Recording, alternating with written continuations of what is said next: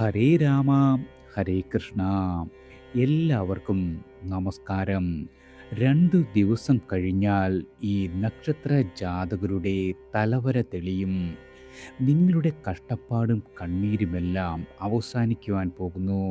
അതായത് മലയാളം കലണ്ടറിലെ അവസാന മാസമായ കർക്കിടകം 2026 ജൂലൈ 17 ആരംഭിക്കുന്നു.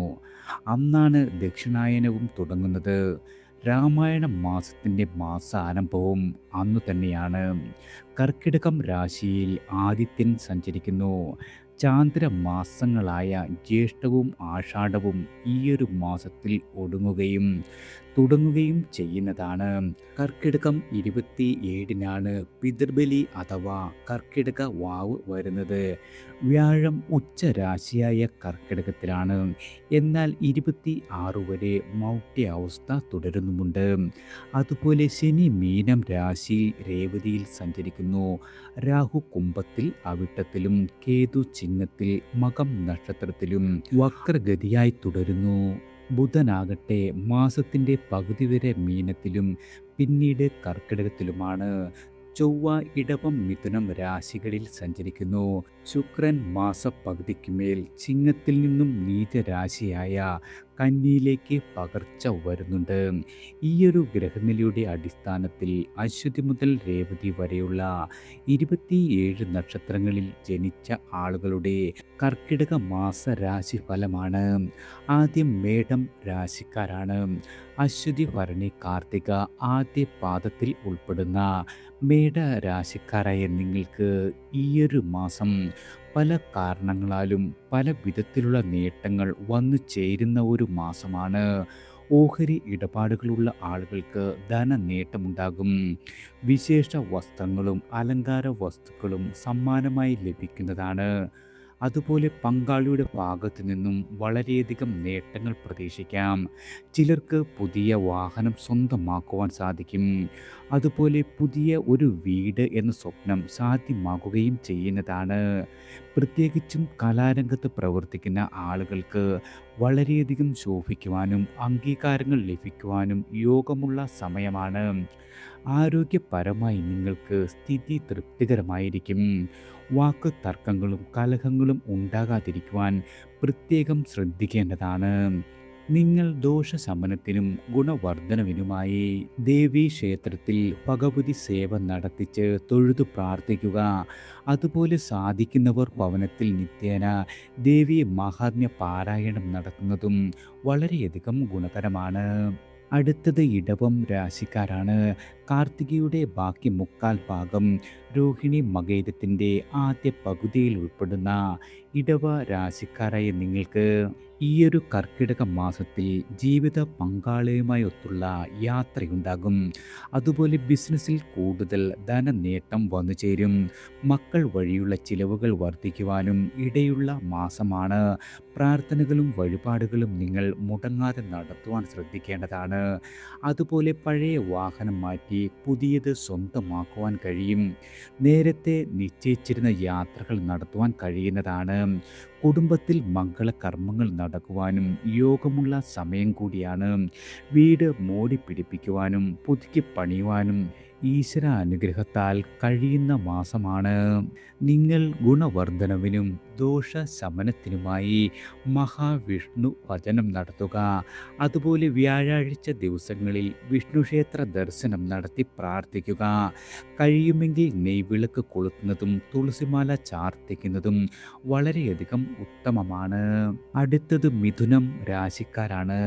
മകയിരത്തിൻ്റെ അവസാന പകുതി, തിരുവാതിര പുണർദത്തിൻ്റെ ആദ്യ മുക്കാൽ ഭാഗം എന്നിവ ഉൾപ്പെടുന്ന മിഥുന രാശിക്കാരായ നിങ്ങൾക്ക് ഈയൊരു കർക്കിടക മാസം വിദേശത്ത് നിന്നും സന്തോഷ വാർത്ത എത്തിച്ചേരുവാനിടയുണ്ട്.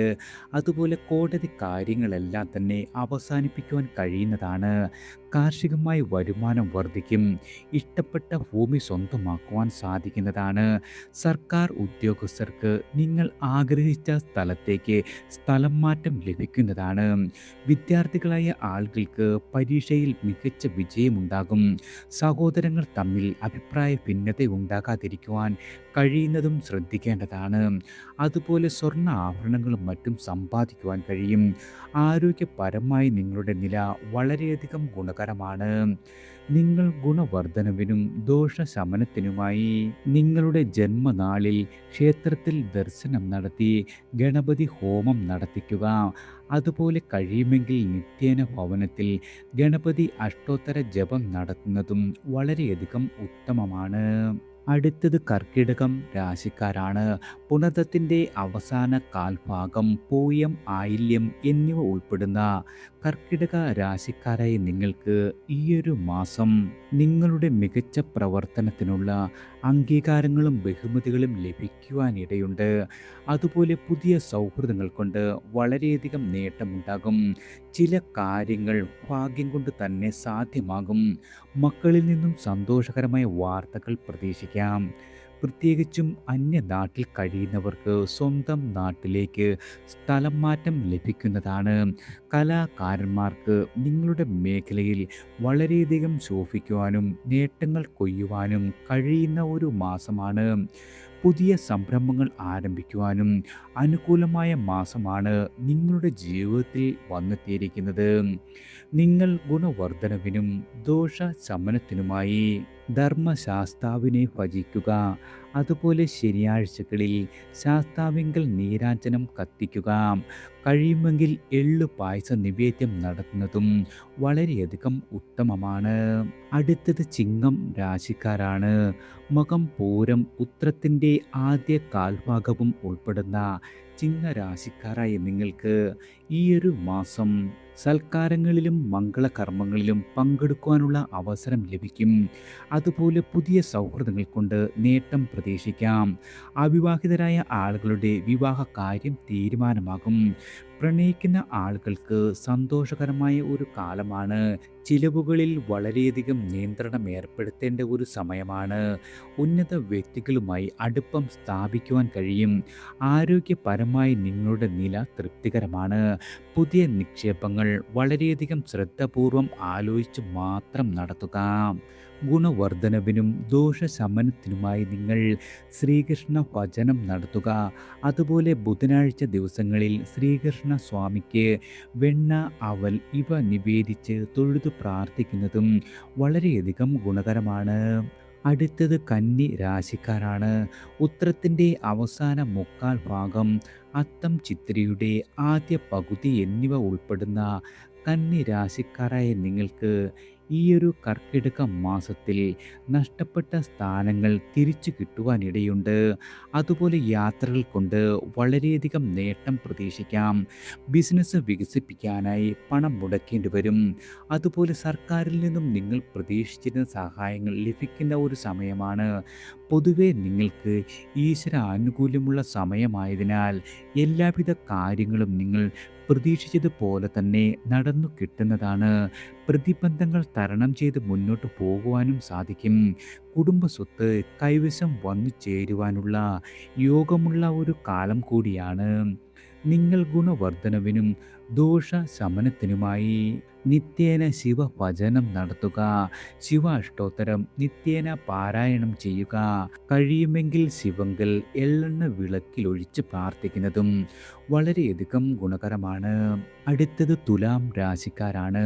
ചിത്തിരയുടെ അവസാന പകുതി, ചോതി, വിശാഖത്തിൻ്റെ ആദ്യ മുക്കാൽ ഭാഗവും ഉൾപ്പെടുന്ന തുലാം രാശിക്കാരായ നിങ്ങൾക്ക് നേരത്തെ ചെയ്ത പ്രവർത്തനങ്ങൾക്കുള്ള അംഗീകാരം ലഭിക്കും. അതുപോലെ എതിരാളികളുമായുള്ള പ്രശ്നങ്ങളെല്ലാം തന്നെ പറഞ്ഞു തീർക്കുവാൻ കഴിയുന്നതാണ്. സാമ്പത്തികമായി വളരെയധികം നേട്ടങ്ങൾ ഭവിക്കുന്ന ഒരു കാലമാണ്. ഉദ്യോഗാർത്ഥികൾക്ക് പുതിയ ജോലിയിൽ പ്രവേശിക്കുവാൻ കഴിയും. കൗശലക്കാരായ സുഹൃത്തുക്കളെ മാറ്റി നിർത്തുവാൻ പ്രത്യേകം ശ്രദ്ധിക്കേണ്ട ഒരു കാലമാണ്. അതുപോലെ പല കാര്യങ്ങൾക്കും തടസ്സങ്ങൾ നിങ്ങൾക്കുണ്ടാകും. അസുഖങ്ങൾ പൂർണ്ണമായി വിട്ടുമാറുന്നതാണ്. നിയമപരമായ പ്രശ്നങ്ങൾ നീണ്ടു പോകുവാനും ഇടയുള്ള ഒരു കാലം കൂടിയാണ്. നിങ്ങൾ ദോഷശമനത്തിനും ഗുണവർദ്ധനവിനുമായി വിഷ്ണു ഭജനം നടത്തുക. അതുപോലെ തന്നെ സാധുജനങ്ങൾക്ക് അന്നദാനം നടത്തുന്നതും വളരെയധികം ഗുണകരമാണ്. അടുത്തത് വൃശ്ചികം രാശിക്കാരാണ്. വിശാഖത്തിൻ്റെ അവസാന കാൽഭാഗം, അനിഴം, തൃക്കേട്ട എന്നിവ ഉൾപ്പെടുന്ന വൃശ്ചിക രാശിക്കാരായ നിങ്ങൾക്ക് ഈ ഒരു കർക്കിടക മാസത്തിൽ ഗുണദോഷ സമ്മിശ്രമായ ഒരു കാലമാണ്. ദൈവാധീനം കൊണ്ട് തന്നെ വലിയ പ്രശ്നങ്ങളില്ലാതെ തന്നെ മുന്നോട്ട് പോകുവാൻ സാധിക്കും. ശത്രുക്കളിൽ നിന്നും ഉപദ്രവങ്ങൾ ഉണ്ടാകാം. അതുപോലെ പ്രാർത്ഥനകളും വഴിപാടുകളും മുടങ്ങാതെ നടത്തുവാൻ ശ്രദ്ധിക്കേണ്ടതാണ്. പുതിയ സംരംഭങ്ങൾ വിജയിപ്പിക്കുവാൻ കഴിയും. അതുപോലെ കീഴ് ജീവനക്കാരെ കൊണ്ടുള്ള പ്രശ്നങ്ങൾ പരിഹരിക്കുവാനും സാധിക്കുന്നതാണ്. അന്യനാട്ടിൽ കഴിയുന്ന ആളുകൾക്ക് സ്വന്തം നാട്ടിലേക്ക് മടങ്ങി വരുവാൻ കഴിയുന്നതാണ്. വിരോധികൾ ആയിരുന്ന ആളുകളുമായി രമ്യതയിൽ പുലരുവാനും കഴിയുന്ന ഒരു മാസമാണ്. നിങ്ങൾ ഗുണവർദ്ധനവിനും ദോഷശമനത്തിനുമായി ശ്രീകൃഷ്ണ സ്വാമി ഭജനം നടത്തുക. അതുപോലെ ബുധനാഴ്ചകളിൽ ശ്രീകൃഷ്ണ സ്വാമിയെ ദർശിച്ച് പ്രാർത്ഥിക്കുക. നിത്യേന ഭവനത്തിൽ നെയ്വിളക്ക് കൊളുത്തി ജപം നടത്തുന്നതും വളരെയധികം ഉത്തമമാണ്. അടുത്തത് ധനു രാശിക്കാരാണ്. മൂലം, പൂരാടം, ഉത്രാടത്തിൻ്റെ ആദ്യ കാൽഭാഗം എന്നിവ ഉൾപ്പെടുന്ന ധനു രാശിക്കാരായ നിങ്ങൾക്ക് സാമ്പത്തികമായി വളരെയധികം ഉന്നതിയിലേക്ക് കുതിക്കുന്ന ഒരു മാസമാണ്. ഉന്നത ബന്ധങ്ങൾ സ്ഥാപിക്കുവാൻ സാധിക്കും. അതുപോലെ ദൂരെയുള്ള ബന്ധുക്കൾ ദർശനത്തിനെത്തുന്നതാണ്. പ്രവർത്തന രംഗത്ത് സമാധാനം നിലനിൽക്കും. പുതിയ സംരംഭങ്ങൾ നല്ലവണ്ണം ആലോചിച്ച് മാത്രം തുടങ്ങുക. പഴയ വാഹനം മാറ്റുന്ന കാര്യം തീരുമാനത്തിലെത്തും. ആരോഗ്യപരമായി വളരെയധികം മെച്ചപ്പെടുന്ന ഒരു അവസ്ഥയാണ്. പ്രണയിക്കുന്ന ആളുകളുടെ വിവാഹാലോചനകളിൽ തീരുമാനമാകും. ധാരാളം യാത്രകളും ഈയൊരു മാസം നിങ്ങൾക്ക് വേണ്ടി വരുന്നതാണ്. നിങ്ങൾ ഗുണവർദ്ധനവിനും ദോഷശമനത്തിനുമായി ശിവഭജനം നടത്തുക. അതുപോലെ ജന്മനാളിൽ ശിവങ്കൽ ഭസ്മ അഭിഷേകം നടത്തുക. ഒപ്പം ദേവീക്ഷേത്രത്തിൽ ചുവന്ന പുഷ്പങ്ങളാൽ അർച്ചന നടത്തുന്നതും വളരെയധികം ഉത്തമമാണ്. അടുത്തത് മകരം രാശിക്കാരാണ്. ഉത്രാടത്തിൻ്റെ അവസാന മുക്കാൽ ഭാഗം, തിരുവോണം അവിട്ടത്തിൻ്റെ ആദ്യ പകുതി എന്നിവ ഉൾപ്പെടുന്ന മകര രാശിക്കാരായ ആളുകൾക്ക് ഈയൊരു മാസം പല കാര്യങ്ങളും മന്ദഗതിയിലാകുവാനിടയുണ്ട്. അതുപോലെ സാമ്പത്തികമായ ഇടപാടുകളിൽ കൂടുതൽ ജാഗ്രത പുലർത്തുക. അടുത്ത ബന്ധുക്കളുമായി ചില അഭിപ്രായ ഭിന്നതകൾ ഉണ്ടാകുവാൻ ഇടയുള്ള കാലമാണ്. മാസത്തിൻ്റെ ആരംഭത്തേക്കാൾ കൂടുതൽ മികച്ചതായിരിക്കും മാസത്തിൻ്റെ അവസാന ഭാഗം. കായിക മത്സരങ്ങളിൽ ഉന്നത വിജയം നേടുവാൻ സാധിക്കും. ഓഹരി ഇടപാടുകളും മറ്റും ഒഴിവാക്കുന്നത് വളരെയധികം ഗുണകരമാണ്. ലഹരി വസ്തുക്കളും മറ്റും ഉപയോഗിക്കുന്നത് ഈ ഒരു കാലം വലിയ കുഴപ്പങ്ങൾക്ക് കാരണമാകുന്ന ഒരു സമയമാണ്. നിങ്ങൾ ഗുണവർദ്ധനവിനും ദോഷശമനത്തിനുമായി ശാസ്താ ഭജനം നടത്തുക. ശാസ്താവിങ്കിൽ ദർശനം നടത്തി എള്ളുപായസ നിവേദ്യം, പുഷ്പാഞ്ജലി എന്നിവ നടത്തുന്നത് വളരെയധികം ഉത്തമമാണ്. അടുത്തത് കുംഭം രാശിക്കാരാണ്. അവിട്ടത്തിൻ്റെ അവസാന പകുതി, ചതയം, പൂരുരുട്ടാതിയുടെ ആദ്യ മുക്കാൽ ഭാഗം എന്നിവ ഉൾപ്പെടുന്ന കുംഭരാശിക്കാരായ നിങ്ങൾക്ക് ഈയൊരു മാസം പൊതുവെ ദൈവാധീനം വളരെയധികം കുറഞ്ഞ കാലമാണ്. അതുകൊണ്ട് തന്നെ പുതിയ സംരംഭങ്ങളൊന്നും തുടങ്ങാതിരിക്കുന്നതാണ് ഉത്തമം. മാസത്തിൻ്റെ ആദ്യ പകുതിയേക്കാൾ മികച്ചതായിരിക്കും രണ്ടാം ഭാഗം. പ്രതീക്ഷിച്ചിരുന്ന സ്ഥാനക്കയറ്റം ലഭിക്കും. അതുപോലെ ഉന്നത ബന്ധങ്ങൾ കൊണ്ട് ചില നേട്ടങ്ങൾ പ്രതീക്ഷിക്കാവുന്നതാണ്. ആരോഗ്യപരമായി നിങ്ങളുടെ സ്ഥിതി തൃപ്തികരമായി തുടരും. അതുപോലെ കുടുംബകാര്യങ്ങളിൽ കൂടുതൽ ശ്രദ്ധ പുലർത്തുക. വിദ്യാർത്ഥികളായ ആളുകൾ പഠനത്തിൽ അലസരാകുവാനും ഇടയുള്ള കാലമാണ്. നിങ്ങൾ ഗുണവർദ്ധനവിനും ദോഷശമനത്തിനുമായി സുബ്രഹ്മണ്യ ഭജനം നടത്തുക. അതുപോലെ ചൊവ്വാഴ്ച ദിവസങ്ങളിൽ വ്രതമെടുത്ത് സുബ്രഹ്മണ്യ ക്ഷേത്ര ദർശനം നടത്തി തൊഴുതു പ്രാർത്ഥിക്കുന്നതും വളരെയധികം ഗുണകരമാണ്. അടുത്തത് മീനം രാശിക്കാരാണ്. പൂരുരുട്ടാതിയുടെ അവസാന കാൽഭാഗം, ഉത്രട്ടാതി, രേവതി എന്നിവ ഉൾപ്പെടുന്ന മീന രാശിക്കാരായ നിങ്ങൾക്ക് ഈയൊരു മാസം പുതിയ ചുമതലകൾ ഏറ്റെടുക്കുവാൻ സാധിക്കും. അതുപോലെ സാമ്പത്തികമായി വളരെയധികം പുരോഗതി കൈവരിക്കുവാൻ കഴിയുന്നതാണ്. ഇഷ്ടപ്പെട്ട ഭൂമി സ്വന്തമാകും. അതുപോലെ കൃഷിയിൽ നിന്നും കൂടുതൽ പണം വന്നു ചേരും. ഔദ്യോഗിക യാത്രയിൽ തന്നെ വിജയം പ്രതീക്ഷിക്കാവുന്നതാണ്. കുടുംബജീവിതം സമാധാനം നിറഞ്ഞതായി മാറും. ചെറിയ ആരോഗ്യ പ്രശ്നങ്ങൾ ഉണ്ടാകുവാനും ഇടയുള്ള കാലമാണ്. വസ്തു സംബന്ധമായ ഇടപാടുകൾ ലാഭകരമായി നടത്തുവാൻ കഴിയും. ഒറ്റയ്ക്കുള്ള വാഹന യാത്രകൾ കഴിവതും ഒഴിവാക്കുന്നത് വളരെയധികം ഉത്തമമാണ്. നിങ്ങൾ ഗുണവർദ്ധനവിനും ദോഷശമനത്തിനുമായി ഗണപതി ഭജനം നടത്തുക. ഭവനത്തിൽ ഗണപതി സങ്കല്പത്തിൽ ഭജിക്കുക. അതുപോലെ നിങ്ങളുടെ നാളിൽ ഗണപതി ഹോമം നടത്തിച്ച് തൊഴുത് പ്രാർത്ഥിക്കുന്നതും വളരെയധികം ഉത്തമമാണ്. എല്ലാവർക്കും ഭഗവാന്റെ അനുഗ്രഹവും കടാക്ഷവും ഈശ്വരനാമത്താൽ വന്നു ചേരട്ടെ.